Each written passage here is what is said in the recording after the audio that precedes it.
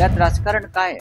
आतापर्यंत आपण जेव्हा जेव्हा सत्तेवर आलेला आहात तेव्हा आपण या प्रश्नाला चालना दिली आणि तुम्हाला आता त्यांच्या खांद्यावर बंदूक ठेवून कोण राजकारण करत असेल, आपण राज्याचे मुख्यमंत्री आहात, जनतेला विश्वासात घेऊन सांगा हे राजकारण करणारे कोण आहे? लाखो लोक जर रस्त्यावरती उतरतात त्यांना तुम्ही बंदुकीचा धाक दाखवून किंवा तुमची चाणक्यगिरीचे खेळ करून त्यांना तुम्हाला अशा प्रकारे खेळवता येणार नाही. तुम्ही जायला पाहिजे, मनोज जरांगे पाटलांची भेट घेतली पाहिजे.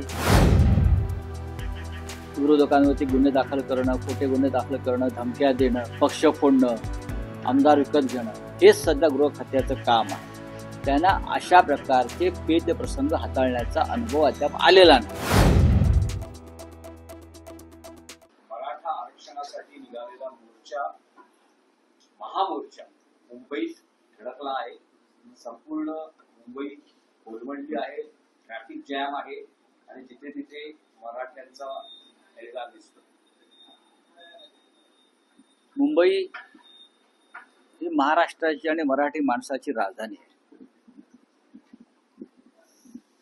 आणि महाराष्ट्राच्या कानाकोपऱ्यातला मराठी माणूस म्हणतो. आपल्या न्याय मागण्यासाठी मुंबईत आलेला आहे. मुंबईची कायदा आणि सुव्यवस्था राखणं हे न्यायालयाचं काम नाही. जर कोणी हे न्यायालयाचे हवाले देत असतील, हे सरकारचंच काम आहे, हे राज्याच्या गृहखात्याचं काम आहे आणि खास करून राज्याच्या मुख्यमंत्र्याचं काम आहे. मुख्यमंत्र्यांनी या सांगितलंय अप्रत्यक्षपणे की कोणीतरी जरांगे पाटलांच्या खांद्यावर बंदूक ठेवून राजकारण करत आहे. एक समाज आपल्या न्याय मागण्यासाठी महाराष्ट्राच्या राजधानीत आला असेल, त्यात त्यांना राजकारण काय दिसतंय? यात राजकारण काय आहे? आतापर्यंत आपण जेव्हा जेव्हा सत्तेवर आलेला आहात तेव्हा आपण या प्रश्नाला चालना दिलेली आहे किंवा त्या माध्यमातून राजकारण तुम्ही केलेलं आहे, मिस्टर फडणवीस. आणि तुम्हाला आता त्यांच्या खांद्यावर बंदूक ठेवून कोण राजकारण करत असेल, आपण राज्याचे मुख्यमंत्री आहात, जनतेला विश्वासात घेऊन सांगा हे राजकारण करणारे कोण आहेत? तुमच्या सरकारमध्ये आहेत, विरोधी पक्षात आहेत की कॅबिनेटमध्ये आहेत? मुंबईमध्ये लाखोच्या संख्येनं मराठा समाजाचे लोक आले आहेत, हे सत्य आहे. मनोज जरांगे पाटील हे आझाद मैदानावर पोहोचल्याची मी आत्ताच माहिती आम्ही घेतली सगळ्यांनी. मुंबईत सगळ्यात मोठा गणपती उत्सव असतो सार्वजनिक. मला विश्वास आहे की हे सगळे आमचे बांधव कोणत्याही प्रकारे गणेश उत्सवाला किंवा सार्वजनिक गणेश उत्सवांना डिस्टर्ब न करता त्यांचं आंदोलन करतील. सरकारनं यात राजकीय दबाव आणण्याचा प्रयत्न केला तर मला असं वाटतंय आम्हाला भडकावले. कारण मनोज जरांगे पाटील हा दबावाखाली येणारा माणूस आहे असं मला वाटत नाही आणि त्याने आमरण उपोषणाची धमकी दिलेली सरकारला, इशारा दिलेला. त्याच्यामुळे सरकारने अत्यंत संयमाने या विषयात चर्चा करून मार्ग काढून ही समस्या सोडवली पाहिजे. मी त्याला समस्या न म्हणता असं म्हणेन की त्यांच्या मागण्यांवरती गांभीर्याने विचार केला पाहिजे. मुंबईमध्ये इतक्या संख्येने मराठी माणसं महाराष्ट्रातून येत आहेत, त्यांचं स्वागत सुद्धा आम्ही करतो. कारण मुंबईत मराठी माणसाचा आवाज अलीकडे क्षीण होत चाललेला आहे. मुंबई गिळण्याचा प्रयत्न सुरू आहे. अशा वेळेला जर इतक्या संख्येनं मराठी माणसं मुंबईत येत आहेत आपल्या हक्कांसाठी, तर मुंबईच्या शत्रूंना कळू द्या की मराठी माणसाची ताकद काय आहे. ऐन गणेशोत्सवात हे आंदोलन होतं आहे. सरकारनं या आंदोलनाला परवानगी दिली आहे. ज्या अर्थी एवढ्या संख्येनं मराठा समाजाचे लोक हे मुंबईत येत आहेत, सरकारनं पूर्वनियोजन किंवा एक एक्झिट प्लॅन विचारात ठेवूनच या आंदोलनाला परवानगी दिली मला असं वाटत नाही. सरकारकडे या संदर्भात कोणतेही प्लॅन नाही. जर सरकारकडे प्लॅन असतं तर लाखोच्या संख्येनं या बांधवांना त्यांनी मुंबईत येण्यापासून थांबवलं असतं. जिथे त्यांचे नेते जरांगे पाटील बसले होते मराठवाड्यात, तिथे जाऊन सरकारच्या वतीनं, अधिकारी नाहीत, OSD वगैरे नाही, स्वतः मुख्यमंत्र्यांनी जाऊन त्यांच्याशी चर्चा केली असती, स्वतः मुख्यमंत्र्यांनी, तर हे वादळ मुंबईत आलं नसतं आणि चर्चेचे दरवाजे उघडे राहिले असते, असं माझं मत आहे, माझ्या पक्षाचं मत आहे. त्यासाठी स्वतः मुख्यमंत्र्यांनी 2 पावलं मागे जाऊन स्वतः ठोस प्रपोजल घेऊन मनोज जरांगे पाटील यांच्याशी त्यांच्या गावात जाऊन चर्चा करायला हवी होती. जर आपण ब्राह्मण समाजासाठी त्यांनाही हक्क त्यांचे असतील, एक परशुराम महामंडळ स्थापन करून त्यांच्या आर्थिक विकासासाठी एक उपलब्ध निधी करून दिला आणि शासनातले 5 वरिष्ठ IAS अधिकारी त्या महामंडळाच्या कार्यासाठी तुम्ही कामाला लावले आणि मराठा समाज रस्त्यावर आहे, ही एक दरी तुम्ही समजून घेतली पाहिजे. आणि लोक यामुळेच चिडलेले आहेत. देवेंद्र फडणवीस यांच्यावर जे अशा प्रकारचे आरोप केले जात आहेत त्याला ते स्वतः जबाबदार आहे. त्यांनी महाराष्ट्र, सगळा महाराष्ट्र माझा आहे, या महाराष्ट्रात सर्व जाती, उपजाती, पोटजाती माझ्या आहेत आणि मी या सगळ्यांचा नेता आहे आणि म्हणून मी राज्याचा नेता आहे. ही जी यशवंतराव चव्हाण, वसंतदादा पाटील, वसंतराव नाईक, शरद पवार, माननीय बाळासाहेब ठाकरे अशा नेतृत्वानं जी महाराष्ट्राला दिशा दिली, त्याच्यापासून ते भरकटलेले, ते एकजातीय नेते होण्याचा प्रयत्न करतायत आणि मला नेता म्हणावा, नेता समजावा म्हणून इतर जातीमध्ये भांडणं लावण्याचे काम, वाद निर्माण करण्याचं काम राजकीय दृष्ट्या जसं मोदी करतायत देशभरात, तसं महाराष्ट्रामध्ये देवेंद्र फडणवीस करत असतील तर ते महाराष्ट्राला आग लावण्याचा प्रयत्न करतात. पण राऊत साहेब, यात असं होतं आहे की सरकारमधलेच 2 उपमुख्यमंत्री आहेत ज्यांचं जरांगे पाटील कौतुक करतात आणि जरांगे पाटील मुख्यमंत्र्यांविषयी आक्षेपार्ह भाषा वापरतात. हा त्यांच्या भाजप नेत्यांचाही आणि त्यांच्या समर्थकांचाही एक मुद्दा आहे. हा मुद्दा मुख्यमंत्री त्यांच्याकडे जाऊन कशी चर्चा करू? कारण ते राज्याचे मुख्यमंत्री आहेत. कारण ते राज्याचे माध्यमातून फडणवीसांना टार्गेट करणं, मला असं वाटत नाही. 2 उपमुख्यमंत्र्यांचे अधिकार काय आहे ते महाराष्ट्राला माहिती आहे. जो तो आपल्या जातीचं राजकारण करतोय, दोन्ही मुख्यमंत्री त्या संदर्भात सगळ्यात पुढे असतील. पण देवेंद्र फडणवीस हे राज्याचं नेतृत्व करतात, ते राज्याचे प्रमुख आहेत, त्यांच्या हातामध्ये केंद्राची सत्ता आहे.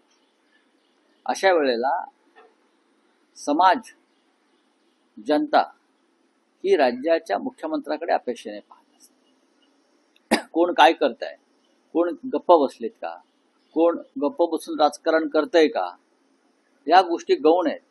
आपण राज्याचे मुख्यमंत्री आहात, त्याच्यामुळे लाखो लोक जेव्हा रस्त्यावरती उतरतात त्यांना तुम्ही बंदुकीचा धाक दाखवून किंवा तुमची चाणक्यगिरीचे खेळ करून त्यांना तुम्हाला अशा प्रकारे खेळवता येणार नाही. तुम्ही जायला पाहिजे, मनोज जरांगे पाटलांची भेट घेतली पाहिजे. तुमच्या विरुद्ध लोक घोषणा देतील. आतापर्यंतच्या अनेक मुख्यमंत्री अशा प्रकारे या प्रसंगांना सामोरे गेलेले आहेत. कोणी उपोषणाला बसलेले आहेत, कोणी अजून काय गेलेलं आहे. सेनापती बापट जेव्हा उपोषणाला बसले होते तर राज्याचे तेव्हाचे मुख्यमंत्री त्यांच्या भेटीला गेले होते. इतर सुद्धा मुख्यमंत्री गेलेले आहेत. आतापर्यंत अण्णा हजारे उपोषणाला बसले तेव्हा आपण जात होतात ना, गेलात, अनेकदा अनेक ठिकाणी गेलेले आहात आपण. मग मनोज जरांगे पाटील हे उपोषणाला बसतायत, त्यांनी ते उपोषण करू नये आणि लोकांना त्यांच्या एक दिलासा द्यावा, आधार द्यावा, यासाठी राज्याच्या मुख्यमंत्र्यांनी स्वतः पुढाकार घेतला तर त्याच्यामध्ये महाराष्ट्राचं काहीच नुकसान होणार नाही आणि मुख्यमंत्र्यांचे नुकसान होणार नाही. उलट ते मोठे नेते होते. नाही, पण यामध्ये तुम्हाला असं वाटतं की अहंकार आढावा येतो? त्यांच्या मनात काहीतरी भीती आहे. भीती आहे, अहंकार तर आहेच. जनता ही राज्यकर्त्यांच्या बाबतीमध्ये अनेकदा चुकीच्या शब्दांचा वापर करते. कठोर शब्दांचा वापर नेते करत असतात. याचा अर्थ त्या नेत्यानं त्या जनतेला वाळीत टाकणं, दुर्लक्ष करणं असं होत नाही. ते चुकीचं आहे. मराठ्यांना ओबीसी मधून आरक्षण मान्य असेल शिवसेनेला, जर ओबीसी मधून मराठ्यांना आरक्षण मिळालं तर आपण शिवसेनेची नक्की भूमिका काय असेल? शिवसेनेच्या भूमिकेविषयी माननीय उद्धव ठाकरे यांनी वारंवार आपलं मत स्पष्ट केलं आहे. ही वेळ शिवसेनेची भूमिका मांडण्याची नाही. ही वेळ एखाद्या पक्षाची भूमिका मांडण्याची नाही. आर्थिकदृष्ट्या दुर्बल जे लोक आहेत, ते कोणत्याही समाजाचे असोत, ते ब्राह्मण असोत किंवा अन्य कोणी असोत, ओबीसी असोत, मराठा असोत, त्या प्रत्येकाला त्यांचे हक्क मिळायला पाहिजे. ही शिवसेनेची कायम भूमिका आहे. मराठा समाजामध्ये अनेक आर्थिकदृष्ट्या दुर्बल लोक मोठ्या प्रमाणात आहेत. त्यांच्या मुलांच्या शिक्षणापासून नोकरीपर्यंत प्रश्न निर्माण झालेले आहेत. हे मी त्यांचं जेव्हा मुलाखती ऐकतो तर लक्षात येतं. त्याच्यामुळे जर ते आपल्या हक्कासाठी अशा पद्धतीने रस्त्यावर उतरले तर त्यांची चेष्टा होता कामा नये. पण रावसाहेब, आंदोलनाची 1 दिवसाची परवानगी आहे. संध्याकाळी 6 वाजता ही मुदत संपते आहे. त्यानंतर मनोज जरांगे हे आझाद मैदानातच आंदोलनावर ठाम राहील आणि त्यामुळे समजा जर काही पेचा प्रसंग ओढवला तर मग पुढे काय? पेच प्रसंग नक्की उडवणार आहे आणि त्याला जबाबदार राज्याचं गृह खातं आणि गृहमंत्री आहे. हे फक्त विरोधकांचे पेच निर्माण करण्यामध्ये माहीर आहे देवेंद्र फडणवीस आणि त्यांचे लोक. विरोधकांवरती गुन्हे दाखल करणं, खोटे गुन्हे दाखल करणं, धमक्या देणं, पक्ष फोडणं, आमदार विकत घेणं, हेच सध्या गृह खात्याचं काम आहे. त्यांना अशा प्रकारचे पेच प्रसंग हाताळण्याचा अनुभव अद्याप आलेला नाही. देवेंद्र फडणवीस यांना अशा वेळी ते पळ काढतात किंवा दुसरं कोणाला तरी पुढे करतात. हा माझा अनुभव आहे. हा, त्यांना आता सांगितलं एखादा पक्ष फोडा गृह खात्याच्या माध्यमातून, तर ते 24 तासात पक्ष फोडतील किंवा कोणाला अटक करा, ईडी लावा, तर देवेंद्र फडणवीस त्याच्यामध्ये एकदम तरवेज आहे. त्यांचा पक्ष आणि गृह खातं कोणाला धाडी घाला, ताबडतोब करते.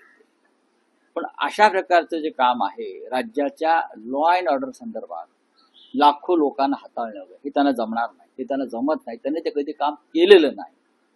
रावसाहेब, इंडिया अलायन्सचे उपराष्ट्रपती पदाचे उमेदवार सुदर्शन रेड्डी हे आज मुंबई दौऱ्यावर आहेत. उद्धव ठाकरेंची ते थोड्या वेळात मातोश्रीत भेट घेत आहेत. त्यानंतर शरद पवारांची भेट घेत आहेत, काँग्रेस नेत्यांची भेट घेत आहेत आणि या निमित्तानं पत्रकार परिषदही होईल. काय नेमकं, कारण उद्धव ठाकरेंनी अजूनही तुम्ही मांडलेली आहे भूमिका, पण अधिकृतपणे पाठिंबा उद्धव ठाकरेंनी. मी माननीय शिवसेना पक्षप्रमुख उद्धव ठाकरे हे ज्या पक्षाचे प्रमुख आहेत त्या पक्षाचा नेता आहे, मुख्य प्रवक्ता आहे, संसदीय पक्षाचा नेता आहे. मी मांडली म्हणजे ही पक्षाची भूमिका आहे, उद्धव साहेबांच्या संमतीनं मांडलेली भूमिका आहे. म्हणून त्या सुदर्शन रेड्डीजी त्यांना भेटायला येत आहेत. आज आपण प्रत्यक्ष त्यांच्याशी बोलू शकतो. चला, हिंदी क्या है आपका? बावनकुळेंनी हिंदी क्या है?